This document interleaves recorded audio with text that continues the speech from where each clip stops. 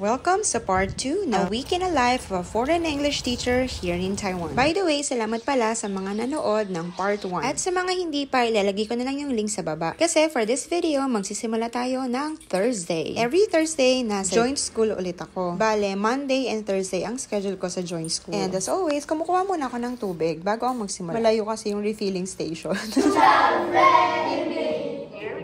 Every Thursday pala ay meron akong English club. Last year, nagkaroon ako ng reading theater, eme. Pero this year, eto naman ang atake namin. Kanta-kanta ng English, ganon. At dahil 20 teaching loads na ako, at extra na to, may extra pay din to.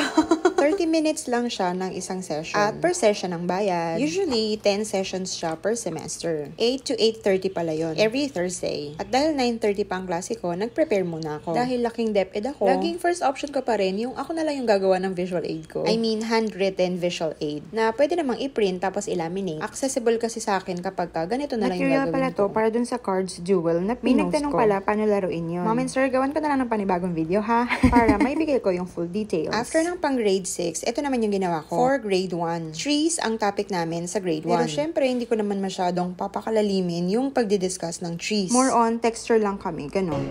Reduce, reuse, recycle. For grade 1 and grade 2, matinding creativity talaga ang kailangan. Kasi nga, hindi naman sila marunong sa alphabet. So, hindi rin nila alam ano yung mga sinasabi nila. More on, kinakabisado lang nila yung sounds. So, ito, gumagamit ako ng songs para mas madali nilang makabisado. Pero at the end of the day, kailangan. Like this one, dapat alam nila pinagkaiba ng tatlo. Usually, gumagamit din ako ng TPR para mas madali nilang maalala ano nga ba yung ibig sabihin nun. So, assessment time. Napansin ko dito sa Taiwan, more on application sila. Kaya pag tinanong mo sila ng why, kayang-kaya nilang explain. Kaya din siguro mataas ang score nila sa PISA.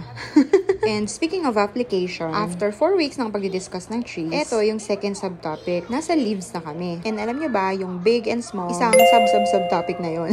Same sa long and short, and smooth and rough. So, ito na, pinagsama-sama ko na yung ideas. Kumuha ako ng iba't ibang klaseng dahon dun sa school. Tapos, i-describe nila kung ano ba yung texture nung pinahawakan ko sa kanila. And syempre, kapag may experience mismo nila, mas mataas ang chance ng retention. So, outdoor ang drama namin dito. Sumabas kami ng room, tapos pinapa-describe ko sa kanila yung dahon na ituturo ko. And if gusto nila yung dahon, kukunin namin kasi gagamitin namin siya dun sa next activity namin. Ito na yung magiging output nila. Half composition art. Ang sabi. So, after na output, anong gagawin?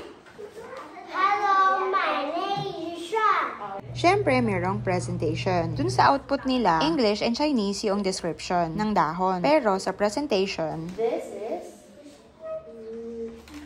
Pico.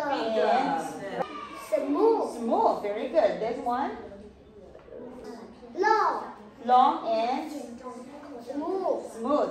simula pa lang kasi ng writing lesson ng Chinese, kaya normal na meron silang hindi alam paano isulat. Pansin ko sa grade 5 and grade 6, adolescent stage sila. So, challenging talaga. Paano mo makukuha yung attention nila? As in, isang buo. Alam mo yun? Yung 100% participation. Masyado na kasi silang conscious sa mga pinaggagawa nila eh. At dahil nakuha ko yun, ayan, nagtataas sila ng kamay kahit di pa nila alam ano yung tanong. May finlash kasi ako na picture for 1 second. And then, may tanong after. So, sobrang excited nila. Pag nag-wait na yung screen, nagtataas na sila ng kamay. Di pa nga nila alam yung tanong, te. Well, compliment naman yan para sa akin. Dahil sobrang excited sila mag-participate. At the same time, nakuha ko yung interest nila. Ate, kahit yung sumasama sa special classes, nakasagot ng tama. And then, next class ko naman, itong grade 6. Sobrang saya ng klase dito. Kasi yung batang parang alam mo na, natalo niya yung batang uma-attend ng Bushiban. Parang tutorial center yon. Kaya gano'n na lang kasi ang lahat, diba? Pero yung mga girls ay nag-complain. Higa na! Ano daw ginawa nung lalaki? Nagulat kasi sila, kaya di sila nakasagot. Wala akong klase ng last period. Kaya anong gagawin? Preparation. At alam nyo ba, sobrang generous talaga ng mga Taiwanese. Bago ko umuwi, dadaan ako ng office. Tapos may bibigay sila. Always. It's Friday. No more, it cannot wait. I'm yours. Sino ka dyan? May music kasi bawat school during cleaning time sa umaga. At dito sa school ko, kapag yun na yung tugtog, signal na to sa mga estudyante. Natapos na yung cleaning time. Balik na yung cleaning material. And maghugas na ng kamay. Mostly, dito na ako sa school nagbe-breakfast. Sorry ng breakfast. Ate, itog lang yan. Ate, alam nyo ba? Dati gustong-gusto ko ang Friday. Ngayon, ayoko na. Kasi ito yung araw na pinaka-tortured yung utak ko. Kasi buong umaga, wala akong klase. After lunch pa yung klase ko. So, from 8 to 12, pinapagana ko lang yung utak ko. Minsan nga nagahang to 64 GB lang kasi. May annual plan naman akong sinusundan. Pero ang nakalagay lang dun, alam mo kung ano? Halimbawa, trees. Yun lang. Ate, anong gagawin ko doon? Like, for 10 weeks? Tapos, 3 sessions pa per week? Kaya talaga naman nung nag-uumpisa ako, madaling araw pa lang gumigising na ako. Kasi nga, nauubusan ako ng gagawin. Nauubusan ako ng ideas. Pero, after 1 year, masasabi kong nagamay ko na siya. Feeling ko, mas effective na ako ngayon. Mas worth it na yung sahod.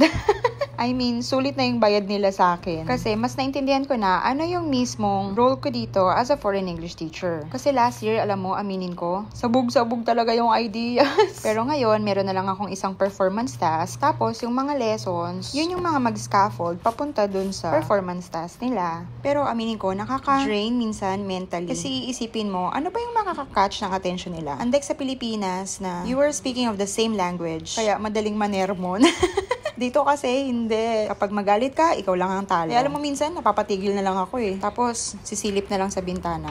Kakaway na parang artista. At mamamaril ng mga estudyante. Pong! Ate, buhay pa siya! Pong! Pong! Probinsyana yan. Kabiruan ko na rin kasi yung mga bata. Kaya minsan, kinukulit nila ako. Naisip ako. Kapag talaga teacher ka, may bigla na lang sumasagi sa utak mo. Strategy na aangkop doon sa mga estudyante mo. Katulad ngayon, ikakwento ko na sana kaso biglang nag-bell. Ito pala yung bell sa main school ko. Traditional music siya. Senyales na tapos na ang klase.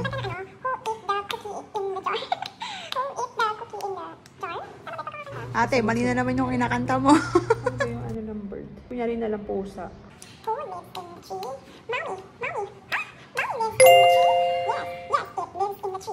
Oh, diba? Taba ng utak nyo.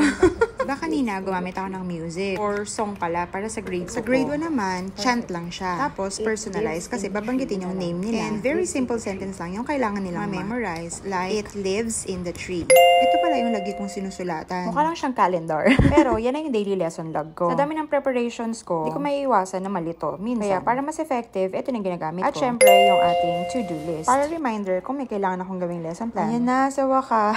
Simula na ng klase ko. Ito yung klase na kapag umpisa pa lang, pagpasok pa lang nila ng classroom, tatanungin ka agad nila, Teacher, may laro tayo ngayon? Sige na, wag na tayong mag-aral. Maglaro na lang tayo.